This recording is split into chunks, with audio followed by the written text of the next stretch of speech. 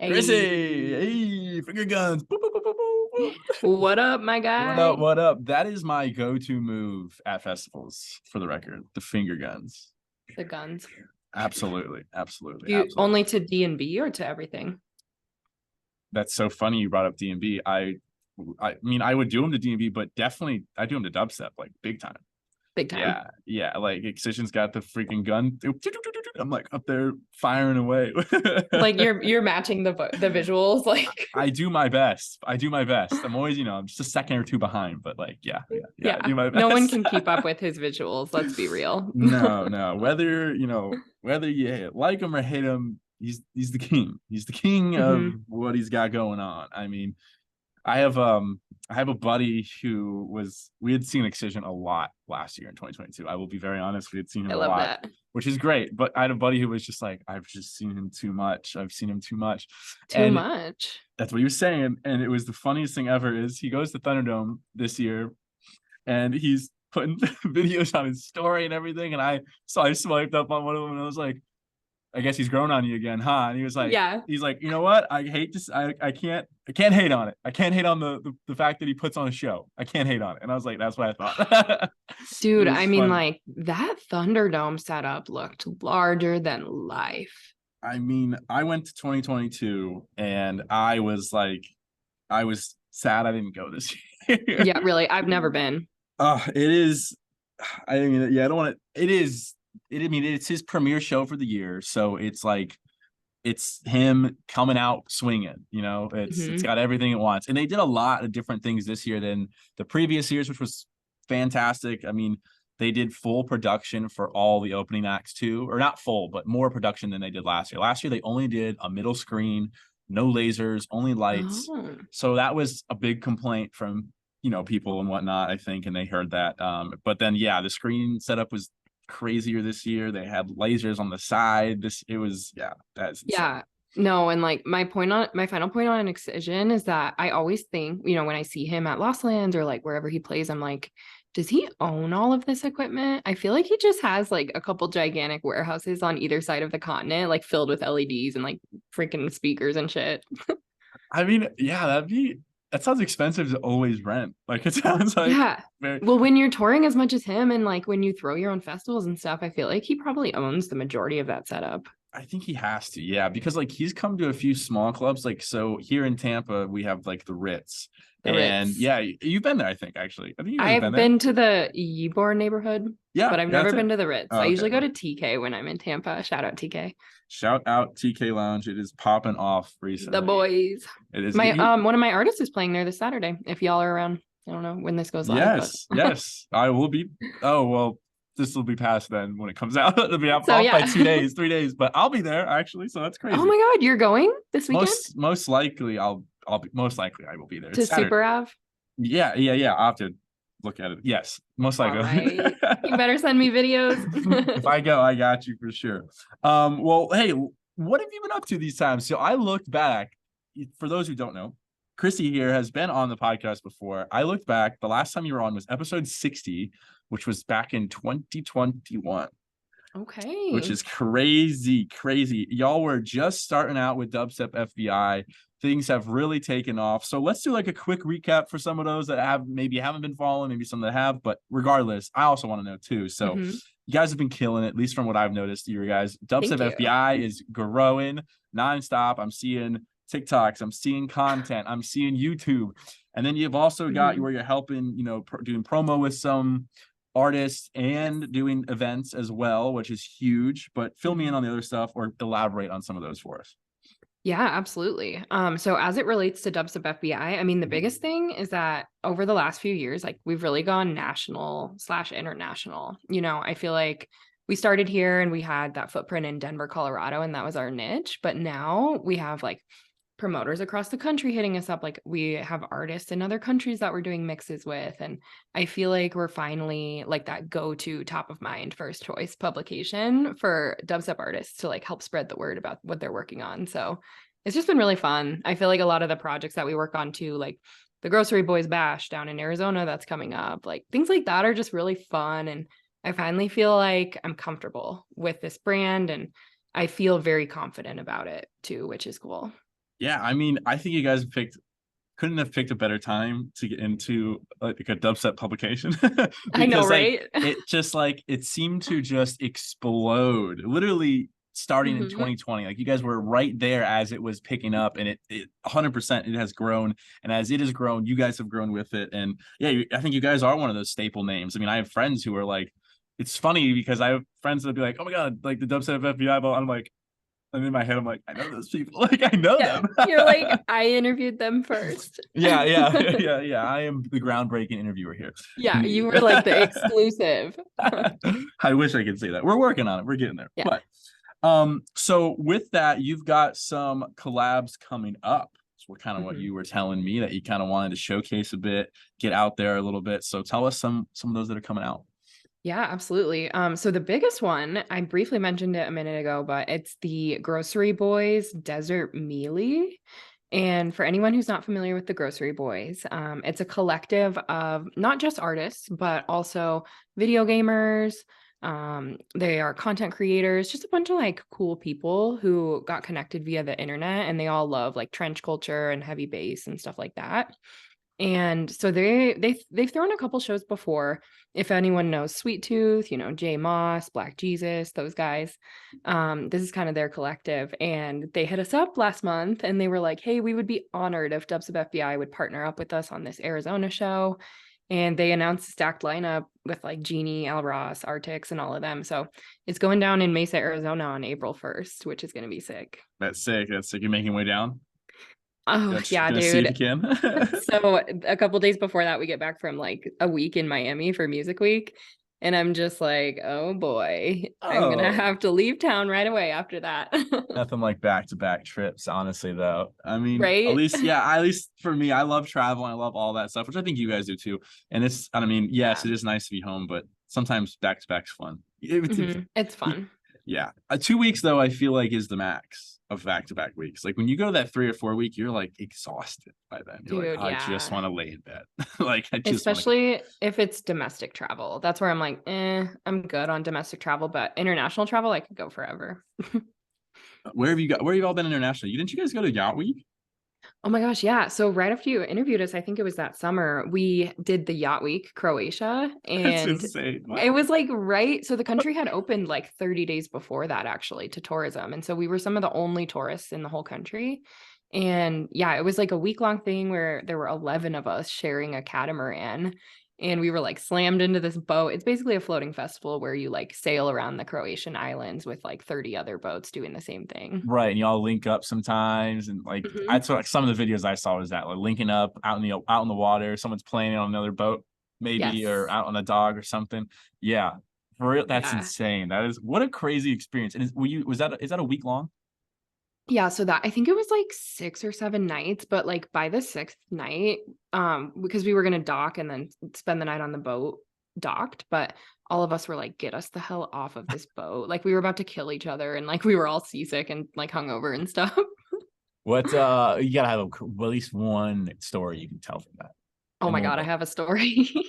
please Yeah, do this is the tell. story. Do tell. So, I was dumb and I brought my like $600 designer glasses on the trip. And so we were on one of those, they call them like raft parties where all the boats tie up in the middle of the water. And we were all partying, like we were literally like jumping off boats, like, you know, slamming shots and stuff. And I'm about to jump off the yacht. And so I pull my sunglasses off and I hand them to Yessie and I'm like, hey, can you hold these while I go dive? And so I take some Jaeger, I jump off the boat, I do my thing, and then next thing I know, she jumps off right behind me. And then I'm like, Yessie, where are my sunglasses? And the sunglasses got lost in transit, and like I'm pretty sure they fell to the bottom of the sea. And like we spent like an hour. I was really upset. I was being super Oh dramatic about it. Like no. at the end of the day, it's just sunglasses, like whatever. But I completely overreacted and was like crying and stuff. So that was the one incident that happened. But Yessie, of course, is like my best friend, so she made it right and everything. So I would never hold that against her. No, that's good that she made it right. Of course, it is always a Yeah. pain. The sunglasses are like the easiest thing to lose. I mean, I know personally, I've lost 2 pair of Ray-Bans, and I'm done. I can't do it anymore. I'm not buying anything. I I've know. just converted to the cheapies. I'm like, whatever. I have this thing on Amazon that I buy like 3 for $21 and I'm done. That's it. I just every time something breaks, I lose them. I'm just like, Mhm. oh, another 3. Like it's just Right. like No, it's like a 3-pack. Like I went to right before Lost Lands, I went to Forever 21 and I bought like 3 pairs of super cute, like cheap sunglasses. And I already lost 2 of them. Like I don't even know where they are. So just point something made, that point just proven. recycles. I don't know why. It's such a bad habit to get into too. Yeah. Like I Especially at shows. yeah, oh my I think I have to buy a new pair every time I go to a festival, to I be know, I honest. agree. Yeah. One use. Yeah, literally one and done. So I want to pivot back because you brought up Miami Music Week Yes. and you were teasing that y'all were, or you yourself was also helping out with another like promotional company and whatnot. So let's dive into that. I want to know, what are y'all doing out there in Miami Music Week? Because there's only, there's some dubstep out there, but there's not like a ton for the whole week. Hmm. Yeah. We are doing behind the scenes industry things out in Miami. So I got to Ooh. do a huge shout out to my fam at Blank Canvas Presents. They are one of the biggest promoters in Florida, really in the South. And they're known for their Miami Music Week events. So this year, I'm on board doing socials and PR and marketing and stuff for them. We're throwing 25 events in 5 days. That's So it's like insane. off to the races right now. We're 20 selling tickets. It's bam, bam, bam every day, announcements left and right. 25 shows in 5 days. That's insane. Oh, Yeah. Miami Music Week is just insane. You're gonna have a blast. Even if a lot of that's work, you're still gonna have a blast. You're No, still gonna yeah. have a blast. Like it's spring break in Miami. Who doesn't want to go out there? It's actually blizzarding right now in Denver. It's like 1 degree outside. So I'm ready to go to Miami. Yeah, I mean, yes, that's why everyone comes here. That's why everyone comes here. Everyone loves it. Florida. Yep, Yeah. yep, No yep. rules. Yep. Nope. Also that. No rules. Also that, yeah. Unfortunately. Unfortunately. Okay. So 25 shows in 5 days. That's a lot. There's a lot of different artists. I looked over some of them. You got all sorts of different. You got a few dubstep. You've got some big house. You've got big room music, regular Trance. house, trance, Yeah. all sorts of ones. So if we were to like give this a quick synopsis, a quick like, well, you know what? Let's do it. Let's do a bit. We'll do a bit right. What are your top 3 of the week that you could recommend to people you'd recommend to go check out for Blank Canvas Promotions Miami Music Week? Easy. So number 1 is going to be dubstep. Dubstep has my heart. So that's the Deadbeats versus Cyclops Records party. That's going Okay. down at the Mana Warehouse on Friday of Miami Music Week. That shit's about to pop off. It's the second year we're doing it. So like it is what it sounds like. It's the 2 labels with their artists doing back-to-backs all night long. So That's gonna be yeah, insane. that one's cracked. And then our favorite, I'm gonna bet a lot of money that our favorite kendama playing artist is gonna show up. Hasn't been announced, but Zed's got to go back to back with someone. So I'm voting for that kendama playing artist that everyone loves. Yeah, no, 100%. I'm not gonna say who it is either, but he'll probably be No names. there. No names, no names needed. No names. Pitch Kendama DJ. Right. Yeah. Well, and then I can keep going if you want. Number Let's 2. go. Number 2. Bring it in. Yeah. Number 2, you guys know dubstep again. So this is our second dubstep party. It's called Outro Closing Party, and it's in the warehouse. It's on Sunday of Miami Music Week. And we've only announced question marks for the lineup so far. So that means that the artists on it are playing Ultra, and we can't announce them till after March 1st. So you're not going to want to miss Ooh. it. Okay. Yeah, I'm going to be deep in the warehouse for that one. What day did you say that was on? That's on the 26th. So that's 26th. Sunday. I have to drive down for that question mark Yes. show. Right? It's like, there's a B3B happening. So Okay, that's all we gotta say. Party number 3. Party number 3. What's the last one? What's the big one? Give me a good one. I'm ready to party. Okay, so this is a classic Music Week party at the pool. It's the Spinnin' Records takeover. And like, I don't know about you, but 10 years ago, I was listening to SoundCloud and a ton of them songs that I liked had that S logo, spinning. Yes, so many. We've been listening to spinning for years. And so for me, it's really cool to go to parties like this because it's a different vibe. It's like the house, the pool, and you never know who's going to show up. Like last year, I freaking ran into Armin van Buren, at the pool. He was a special guest. Just there, Cascade showed up. I was like, what is life? That's so crazy. The big Let's hitters show up for that. let's I want to show off. I was typing it in as we were discussing it. So here is the There it spinning sessions. There's the Alan Walker looking like the headliner there, is. and a bunch of others. Sorry, I can't zoom in with A that. But craze. I got the pool. Look at this pool for That's those who can nutty. see it. Oh no, there it That's is. the one Sorry. right there. That is a cool looking pool party. There's pool parties, they're just fun. I don't know Yeah. what makes like I don't know. They just are. Something about the vibe of them during the day are so much fun. It like we went to they started putting pool party shows here in Tampa. They've started doing Mhm. some at like the Hard Rock at this club called Water. They've had some pretty decent artists, and like Elenium came to town one time, and it was just I don't know something a whole different vibe. He played like a 2 hour set. It's just completely different than like your normal daytime Rave. set that or rave in general. Yeah, both. They're just something different about them. It's a whole different vibe, different feel, and they Hmm. usually end up playing longer. It's the pool parties. I know this isn't like definitely more of a Miami thing, but I always think of Vegas for Yes. pool parties. Always. It's like Dude, me their too. staple. And so I wonder, have you been to EDC week? Of course. Oh my gosh. I've done EDC week 3 or 4 times now. Okay, I'm jealous of that. That is not cool. I've gone 0 times, but it's Oh, fine. you're not going this year? I don't probably not. Probably not. Probably Not in the not. We'll cards. see. I don't want to you can't show my cards yet. No, I'm kidding. I have no Yeah. idea. We'll But wait and find out. okay, so you've been to EDC week. Have you been to Miami Music Week? Hmm. You have Yeah, been. yeah. That's right. We talked about that. I apologize. You have been to Yes. Miami Music Week. So what let's compare the two. Miami Music Week versus EDC week. Go. What are your thoughts? What are your thoughts here? Ooh, okay. EDC week versus Miami Music Week. I think that Miami Music Week is more modern than EDC week. I think of EDC week as like traditional rave, like the foundations of raving. That's what I associate EDC with because it's been around for so long. Like what has it been around for 20 years or something like that? EDC has, but I thought they introduced EDC week literally like 3 or 4 years ago. Like it's pretty Oh, did they? fresh. Yeah, yeah. Okay. I could be wrong. The week I'm itself. gonna bring out the Google real quick. See if Yeah, let's Google that shit. Well, and like it's just something about the casinos, right? Because where else in America are you going to get that vibe where it's like EDM mixed with casinos? It's like ravers walking around in fishnets with their butts out in the hotel lobby of the Venetian. Like yeah. what? I just think of it as like very traditional, like cabaret, Marlboro girls, like things like that Yeah, in Vegas. it definitely flows with the Vegas vibe. I mean, they those pool parties kind of happen anyways, whether and the clubs are always going every night. They have Yeah. artists have residencies there. I never thought of it until you mentioned it like that, but now that you've mentioned it, your argument, I'm like, okay, wait, she has a valid point. Like it's actually for real. I was gonna rebuttal it at first, and then now I'm like, wait, she's kind of right. Like it's a little different. Yeah, It's different. It's the desert too. Like there's really something about being in Vegas where it's like, I'm in a filter bubble. I can do whatever I want right now.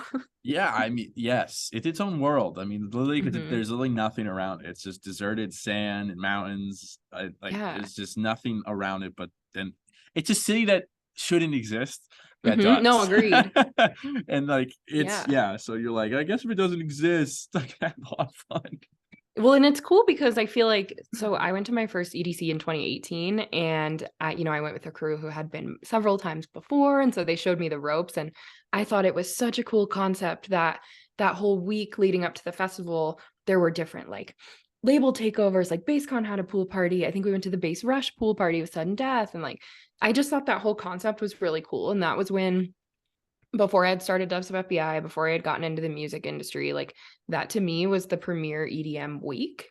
But now, being in the industry, I think of Miami Music Week as like the kickoff for festival season. Like Ultra Music Festival, it's pretty much the first big festival of the year that goes down. And so I think of that whole week as like a time for artists to showcase their new music and like test it out. It's like new stage designs, new sets, like it kind of like sets the tone for festival season. Yeah, I 100% agree with that because I always thought of EDC as the mark of like, all right, season's starting because I know that's when EDC is showcasing their full year of stage designs and everything. They do alter like circuit grounds a bit, but like the main stage reveal gets carried to EDC Orlando, then EDC Yeah. Mexico, and then EDC Japan. Like it gets carried on, and you get to premiere it at EDC Vegas. So I 100% agree with that. Ultra's always been a weird one for me because it is like it's in March, but like it doesn't feel like it's the beginning. Like I know it's in spring and Right. yada, yada, it just doesn't. And have you been to Ultra at all? No, I've actually never been to Ultra. I've only been to Miami Music Week once, and that was last year. That's still Miami Music Yeah. Week is well, okay. We almost missed talking about that. We got so Yeah. sidetracked. Miami Music Week is like its own animal. I mean, just blank canvas alone with 25 shows is insane. Dude, they are cracked. like yeah, I mean, I'm sure EDC Week comes close to the amount of shows numbers, but it's Miami. No, You and to know? your point, like I think I so last year when I was working for Blank Canvas, I looked up like miamimusicweek.com or something just because I was curious. There were over 100 shows on that site alone. I was like, holy crap, there were like 20, 30 pages of shows just for 5 or 6 days. Yeah. And like yeah, Music Week is definitely bigger than EDC Week, I would say. Yes, because it does kind of encompass like all music. That is part of the reason. But I mean, again, it also leads right into Ultra. Like it's like the week and then boom, Ultra, and it continues on. It's like a party all week. Like I never knew. It sounds funny living in Florida because like we don't really go to Ultra. We don't do much in Miami because it's very expensive for considerate compared to the rest of the state. So you're kind of like, all right, if I'm gonna go vacation somewhere, I'm gonna go out of state. I'm not gonna go like literally that was a discussion for us. We were like, do we go to Ultra or do we go to EDC Vegas? And it was like, we're gonna go to Vegas every time because we live in the state and it's almost the same price.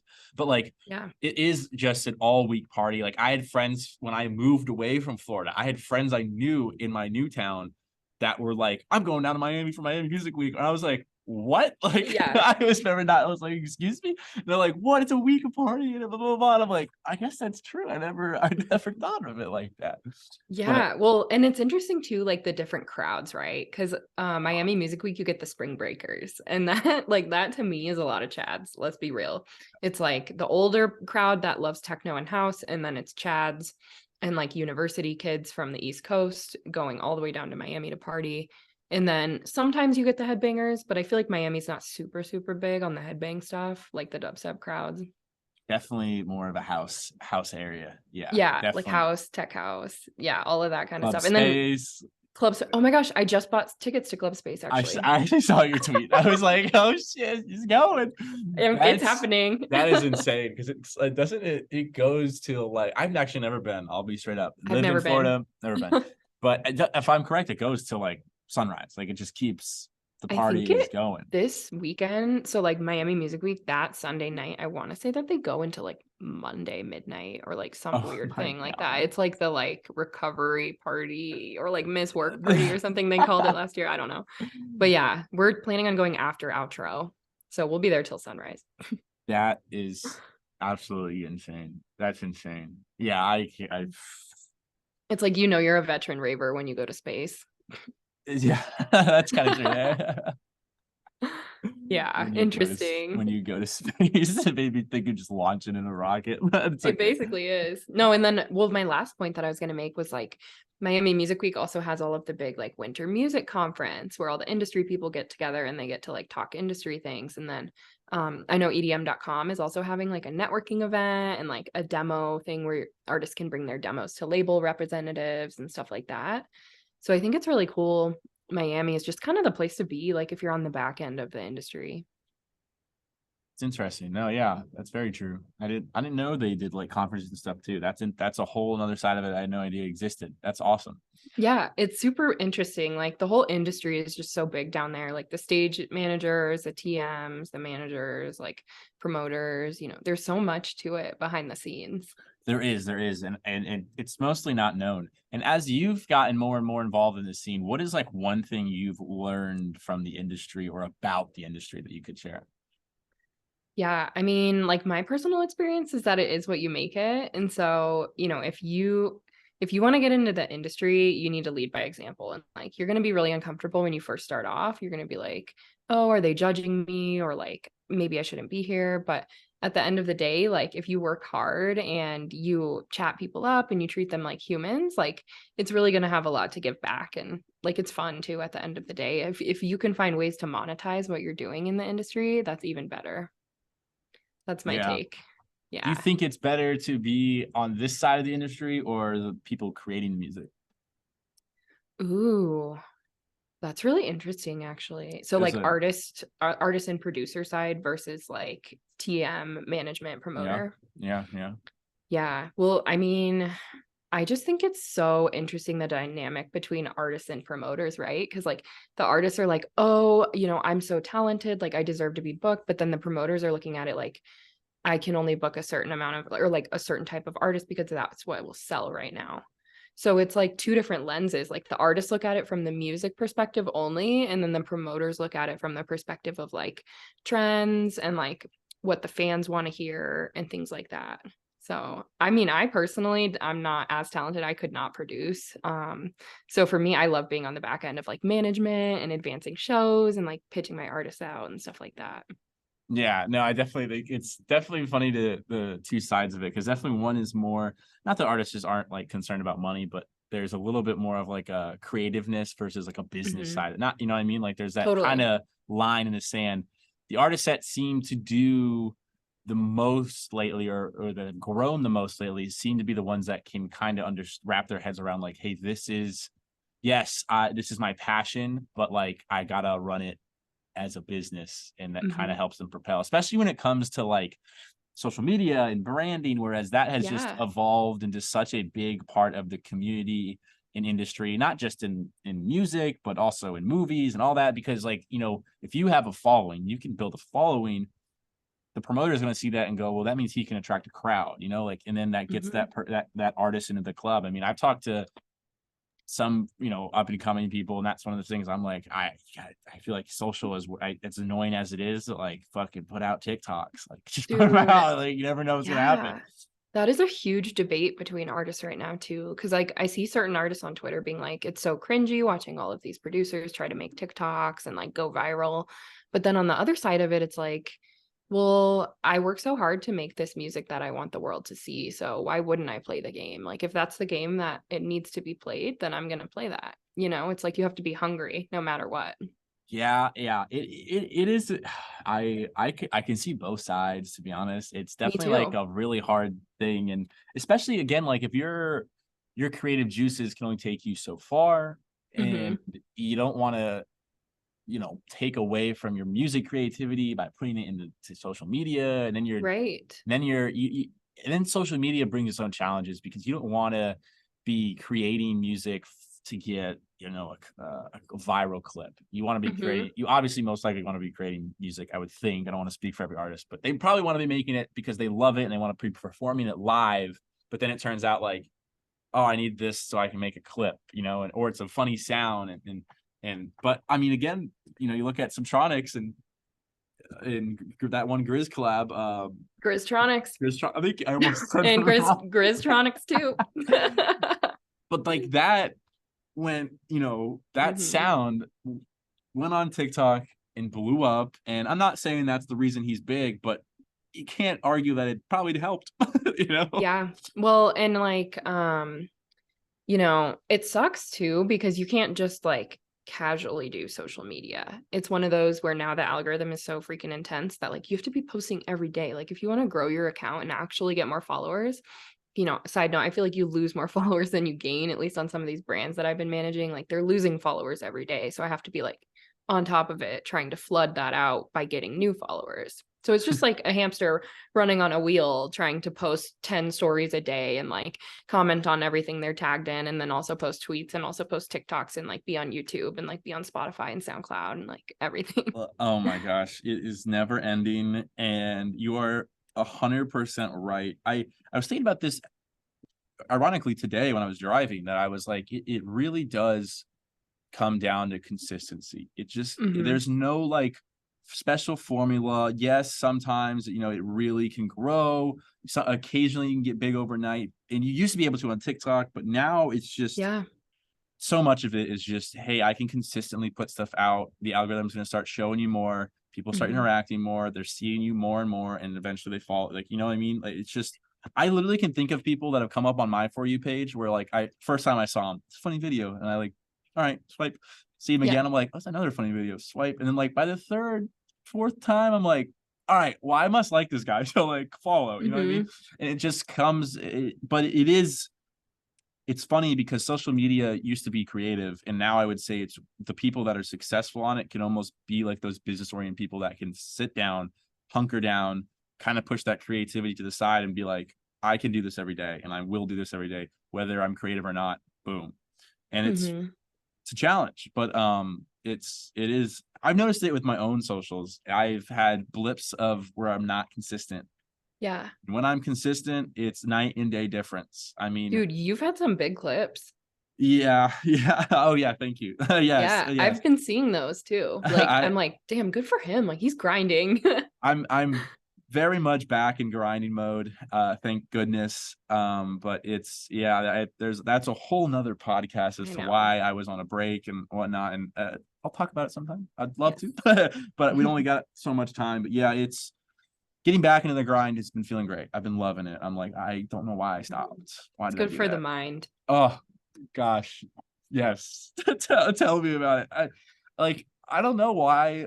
I don't want to. Sorry, I feel like I'm babbling on, No, I love it. but Relevant. yes, 100%. When I'm like where I'm at now versus where I was 5 months ago, in the mindset of like I'm gonna work, I'm gonna come out after work, I'm gonna work out, and then I'm gonna grind for 2 hours, and I'm going to bed. It's like night and day how mentally I am versus where I was like, I'm just it's letting things. I don't care. I don't know what. Yeah, just night and day, and I feel it. I like it. I like the person I'm becoming. It's like you just like level up as you Yeah. are working hard. It's like a domino effect, because like you're riding a wave, like you're literally creating, like you're climbing a ladder, like one small win turns into a medium win, which leads you to a big win. It's kind of Yeah, addicting. yeah, 100%. So I know you do a lot of social media too, which is why we have our connection and we talk about that occasionally. But talk about, I kind of want to know, how is it that you're able to manage so many brands? Because I know what you're doing. Your social media, your day job, your actual job is as a brand manager, which involves usually some social media. Does it? I know some jobs everyone's Um, different. That So one, no, I don't do socials just because we have a full-time social person. So I work at Colorado School of Mines, which is an engineering university. So I mostly do like publication design, trademark stuff, graphic standards guides, logos, things like nice. that. I Yeah. I had to double check because I know at my job, same thing. They have brand and social, or my old job, they had them separated, but some jobs I know have them combined. So I wasn't sure. But okay, Yeah. so you're doing brand marketing, brand management on one side, which is still its own Yes. animal. And then you're doing freelance social media work for, well, obviously Dubs of FBI. You're working the socials there. That's your baby. You've Yep. got Millennia Momentum, which I was hoping we'd get to today, but we might run out of time. That's Blank okay. Canvas and Welcome Records. So I'm gonna go with 4 right there. I'm counting. Plus, I'm Yeah. sure you're individual artists. How are you able to handle all this? I just think it comes down to like pure passion and love for the music that we're working with, and like just pure love for elevating artists. Yeah. There's days where Monday I was down bad. I was like, dude, I'm sick as fuck of this social media stuff. Like I'm quitting, like literally. But then, I just realized like, why am I doing this to begin with? And it's because EDM has provided me with some of the most meaningful moments of my life. And it's connected me with the most meaningful people that I've ever met in my entire life. So I'm just kind of right now along for the ride. And yeah, it's like stressful and sometimes I go a little crazy, but that's why I need to lean on my friends. And at the end of the day, it's so rewarding. Like I want nothing more than to be able to share this music with the people that I love. So that's really what keeps me going. I mean, that's a great answer, because if you think about it, like that's what you want in your job. If you were able to say, I'm happy with this job, don't care really what it pays, and just want to do it, like that's what you want. You want to be able to, like, I love it so much, I don't care. Like that's what Exactly. it makes a huge difference. I mean, that's part of the reason. I can only speak on my own experience, but that's part of the reason why I was taking breaks with my own socials, because I hated a job I was at and it was affecting me out of work. I was so overdoing social media for this job that I was like, I Yeah. don't have any more time for my own. So that's a lesson learned for some people. don't do it. If you like social media, do it for yourself. You'll make more money. You'll have a better time. Yeah, no, Do it what exactly. you love. You have to do social media for fun brands, not Oh, boring ones. and there's very few, thin and thin on that one for sure. Yeah. Um, well, I have one more question for you. We only got about 4 more minutes before Zoom kicks us off here. We always could go longer, and we could go longer. We can combine them. Do you want to go? Do you have time? We'll see. Yeah, Okay. I'm down. Okay. But how are you living yourself for every day? It's a very broad question. I love to ask my guests this just because it kind of encompasses everything we've talked about and gives like people a look into, your passion and whatnot. So, how are you living yourself for every day? Yeah. Well, I just have to say, like, I take day by day. I take it day by day. And the main way that I do that is I wake up and I go to the bathroom and I start playing the Mindset Mentor podcast. They're like short 15-minute ones. And then what I'll do is I'll put my headphones on and blast my favorite song or blast the song that I'm hooked on right in the moment that I know is going to get me in a good mood. So I just think like feeding yourself those little like rewards, like listening to that good song over and over again at the beginning of the day and like setting yourself up for success mentally. That's the biggest thing. And then number 2 is just realizing what your priorities are when you lay your head down at night. Like number 1 for me, that's my family. And so, I train, my parents got a puppy a couple months ago. And so I'm kind of like the lead on training for him every Sunday. So that's a cool thing I get to do with my family every week. And then, number 2 is like travel is my second biggest priority because at the end of the day, I'm not going to slave my life away for some employer. I'm going to go out and explore the world in this short amount of time that we have. So I just think it's like realizing that you only have a finite amount of time on this earth and like you should be really kind to yourself and you should let yourself do the fun things and let yourself, listen to those songs that you're obsessed with and eat the In-N-Out, eat the Chick-fil-A, like just be nice to yourself, really. No, I love everything about that answer. Yeah, absolutely. You gotta treat yourself. That's literally fully encompasses the theme of the podcast, which is live yourself every day. And that's why I have you on here. I feel like you are doing that, and that's so key that you Thank you. have that behind you of just the love for your job, the love for, hey, I got these priorities and I'm gonna make sure I hit these things. These are what I love to do. And it's super hard to find those priorities. One thing, I think it takes a lot of effort for people to find out, like, I like this and this, and then not only that, to then go, I'm not going to let anything get in the way of those. That's a hard thing to do, especially for freelancing jobs, right? I mean, that's hard to manage, but like, Yeah. when you love them and you don't want them to get in there, your passion and your priority, and you're like, I'm not giving them up for anything, anyone, blah blah blah blah. Whatever it is, it's a lot hard. It's a lot easier said than done. I'm sure you can Oh, attest to that. absolutely. And it's like a mental thing too. Like it goes back to the travel priority for me. It's like a lot of people are really scared to take vacation time, or like maybe they have jobs that doesn't let them take vacation time. For me, I'm just kind of like, I ask for forgiveness. Like if you guys are going to get mad at me for going on a 3-week Europe trip with my mom, then go screw yourself. Like I really don't care. So that's kind of the attitude I have about that. I will find another job. Literally, I'm like, good luck. Yeah. No, I love that. Chrissy, thank you so much for coming on today. I greatly appreciate you taking time out of your week for this. I had a blast having you on. We talked a lot. We didn't even get to everything I was hoping to get to, but there's so much more we could have done and talked to, which just means you're gonna have to come on again. I'm sorry, I'm so down. Just means that's all I'm saying. It's gonna have to happen again. But Hell yeah. enjoy Miami Music Week. Enjoy Thank working you. for Blank Canvas. Keep the things up with BabsLyfe FBI. That's all I got for you. I'll put your socials and all that in the description. But until next time, bye everybody. Peace. Keep killing it, fam.